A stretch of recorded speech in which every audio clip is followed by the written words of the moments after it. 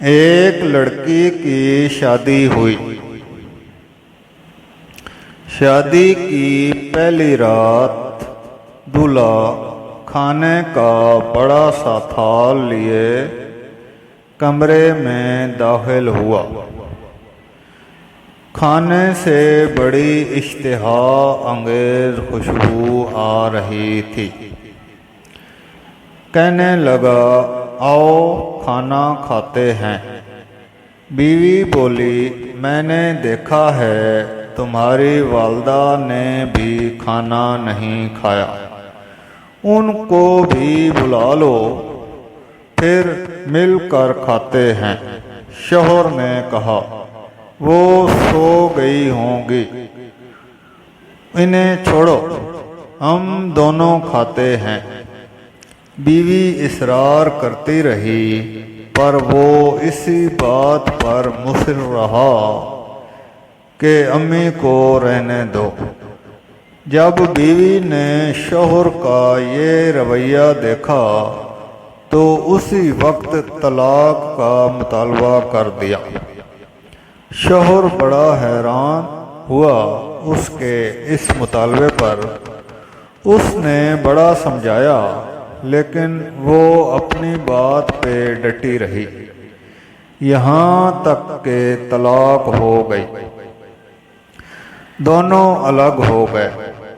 پھر دونوں نے دوسری شادیاں کر لیں۔ 30-35 سال گزر گئے۔ عورت کے بیٹے ہوئے، بہت محبت کرنے والے، ماں کا خیال رکھنے والے، بہت آسودہ حال تھی وہ۔ اس نے ارادہ کیا کہ حج کرنا چاہیے۔ سفر کے دوران اس کے بیٹے اس سے کسی ملکہ کی طرح پیش آ رہے تھے۔ اس کے پاؤں زمین پر لگنے نہ دیتے تھے۔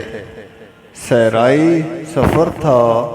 رستے میں ایک آدمی پر نظر پڑی جو بہت بری حالت میں بھوکا پیاسا، بال کھچڑی، کپڑے پرانے۔ اس عورت نے بیٹوں سے کہا، جاؤ دیکھو کون مسافر ہے، اسے اٹھاؤ، ہاتھ منہ دھلا کر کھانا کھلاؤ، پانی پلاؤ۔ چنانچہ بیٹے گئے۔ ماں نے جیسا کہا تھا ویسا کیا۔ عورت کی جب اس پر نظر پڑی تو جان گئی وہ اس کا پہلا شوہر تھا۔ کہنے لگی، یہ کیا کیا وقت نے تمہارے ساتھ؟